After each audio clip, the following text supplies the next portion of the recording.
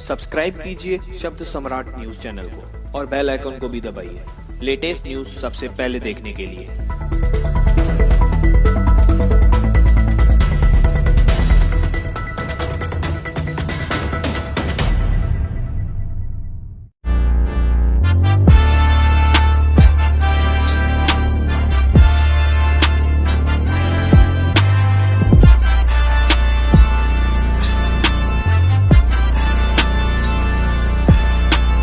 नमस्कार, शब्द सम्राट न्यूज में आपका स्वागत है। मुंबई से सटे उल्लासनगर में मनपा चुनाव को लेकर भाजपा और रिपब्लिकन पार्टी ऑफ इंडिया के आठवले गठ में खींचतान शुरू। वही इसको लेकर रिपब्लिकन पार्टी ऑफ इंडिया दो गुटों में बांट गई। एक गुट रिपब्लिकन पार्टी ऑफ इंडिया के अध्यक्ष नाना भागुल का है तो दूसरा गुट पंडित निकम का है। वही आज पंडित निकम के गुट ने पत्रकार परिषद लेकर आरोप लगाया है कि नाना भागुल ने अपनी मनमानी करते हुए शिंदे गठ से युति की है, जबकि हमें पार्टी सुप्रीमो रामदास आठवले ने कहा था कि हमें भाजपा से युति करनी है। वही पंडित निकम ने आरोप लगाया है कि नाना भागुल पक्ष बेच दिया है। वही इसको लेकर जब नाना भागुल से संपर्क किया तो उनसे संपर्क नहीं हो पाया। फिलहाल नाना भागुल को लेकर रिपब्लिकन पार्टी ऑफ इंडिया के कार्यकर्ताओं ने नाराजगी व्यक्त है। वही नाना को लेकर कार्यकर्ताओं ने इसकी शिकायत पार्टी सुप्रीमो रामदास आठवले से की है।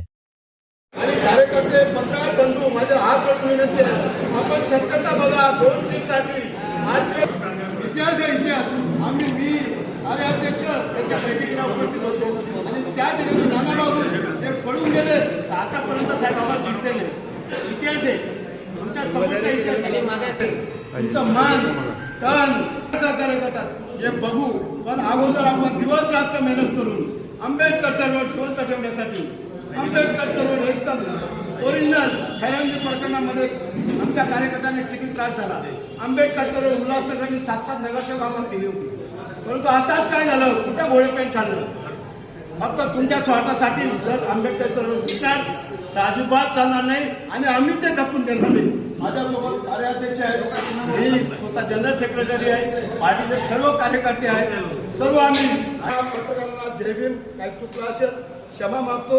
आंबेडकर चळवळीचा जिवंत ठेवण्यासाठी आपण सर्वांनी सहकार्य यांना गेला हे बोलतात ना, कार्याध्यक्ष बोलतात। हम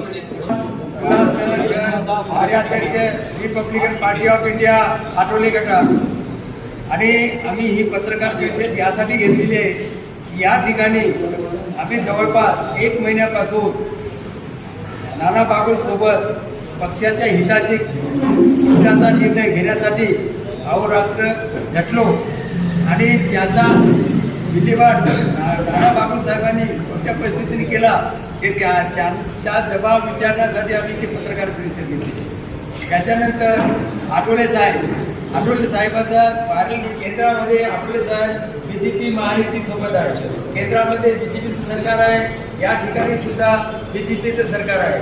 या ठिकाणी देवेंद्र आणि तिकडे नरेंद्र अशा पद्धतीचं या ठिकाणी महाराष्ट्र आणि केंद्रामध्ये सरकार आहे आणि त्यामुळे आठवले साहेब युतीच्या सोबत असल्या कारणानं आणि आमचे राजेश वजिरे साहेब यांना निमंत्रण देण्यात आलं आणि या ठिकाणी जो काळा बाजार चालू आहे। काही लोकांनी असं महत्वाच्या कार्यकर्त्यांनी असं सांगितलं की RPIला 7 सीट दिल्यात गेल्या आहेत, त्याचं स्पष्टीकरण त्या माणसांनी द्यावं। त्याच्यानंतर शांताराम निकम यांनी RPIच्या सीटवर त्यांनी एटी फॉर्म नाही आहे, त्याचा RPI नाही तर ते कट्टर शिवसैनिक आहे। काल 2017 मध्ये निवडणूक झाली त्यावेळेस त्यांचे ते शिवसेनेच्या तिकीटवर निवडून आले। त्याच्यानंतर त्यांनी आता काही लोकांचं असं म्हणणं असेल की ते RPIचे RPI पक्षाचे आमचे उमेदवार आहे, परंतु त्या ठिकाणी त्यांनी RPI मध्ये कधी पदार्पण केलं, केव्हा त्यांनी एंट्री घेतली, किती लोकांसोबत घेतलं हे त्यांनी स्पष्टीकरण आम्हाला दिलेले आहे आणि हे सगळं संताप आमच्या आंबेडकरी जनतेसमोर आहे आणि त्यामुळे ही आंबेडकरी जनतेसमोर ही सर्व बाजू उजेडात आणण्यासाठी आम्ही पत्रकार परिषद घेतली आणि महाराष्ट्रामध्ये भाजपच्या आमदारांना, अध्यक्षांना आणि आमचे निरीक्षक त्यांना आम्ही त्यांना निमंत्रण केलं। स्थानिक पत्रकार भारतरत्न आदरणीय बाबासाहेब आंबेडकर यांना नमन करतो आणि आज आपले रिपब्लिकन पक्ष ऑफ इंडिया आठवले गट की आम्ही आपल्याला पाठिंबा देण्याला तयार आहोत. आम्ही यांचे ऋणी आहोत कारण सतत आम्ही 2012 RPIशी आपण युती केली होती. त्यावेळी 13 सीट देण्यात आली होती आणि 4 नगरसेवक निवडून आले होते. भगवान भालेराव, पुष्पाताई बागुल,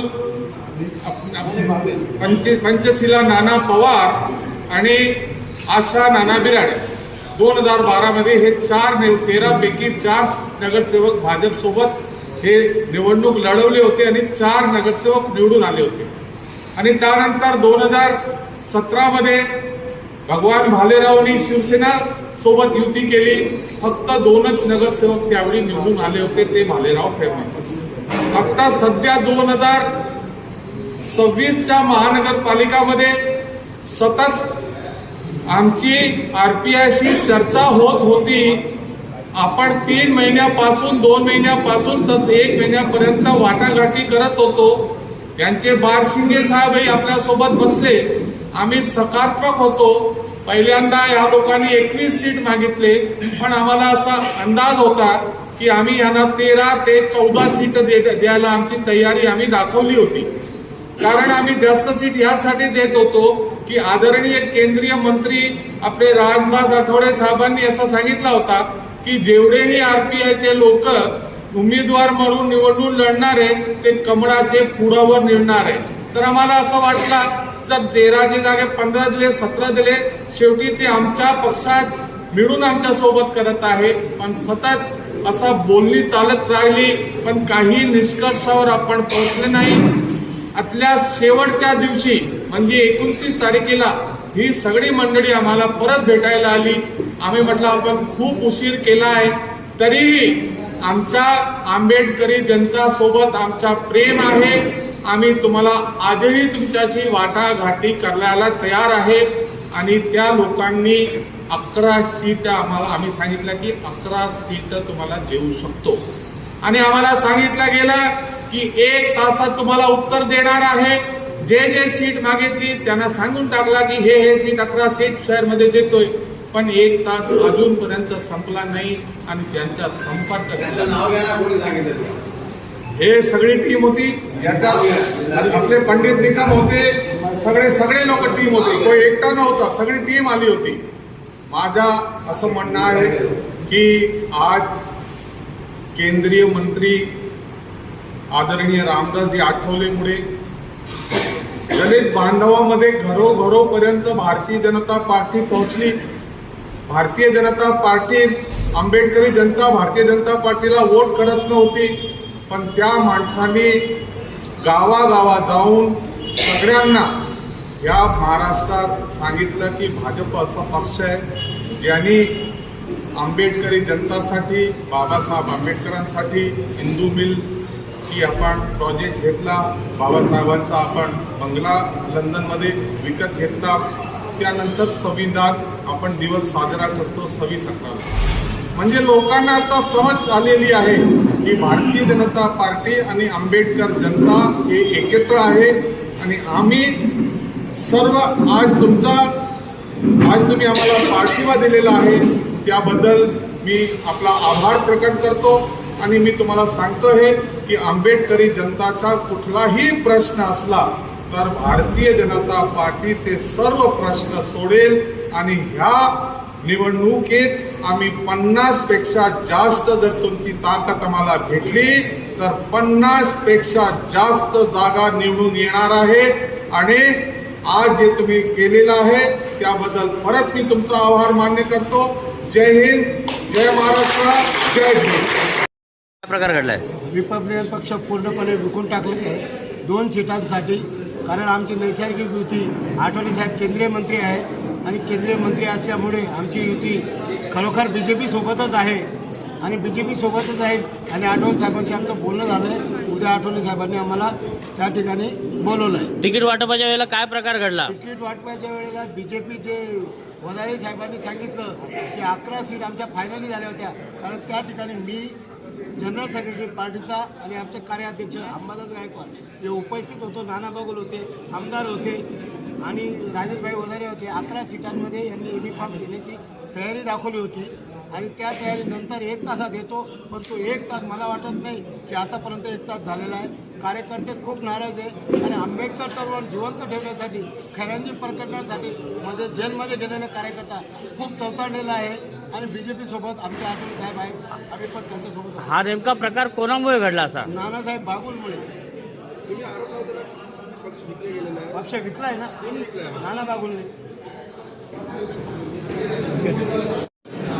आरपीआई आठवले गट अध्यक्ष नाना बागुल और बाकी उनके जो नेता हैं, इनसे हमारी 2-3 बार चर्चा हुई. उन्होंने 17 सीटों की डिमांड रखी, जो वाटाघाटी के बाद हमने 11 सीट उनको देने मंजूर की. हमने उनसे उनके नाम मंगवाए, आप नाम दो तो हम उनको बी फार्म देवे. उन्होंने हमें कहा कि मैं 1 घंटे में आपको नाम देता हूँ. आज तक नाम लेके वो लोग वापस आए नहीं. तो एक भी उम्मीदवार दिया गया नहीं क्या आपकी तरफ से? ना, हमने उनसे नाम मांगे, आपके कार्यकर्ताओं के नाम दो तो हम उनको बी फार्म इशू करेंगे भारतीय जनता पार्टी के.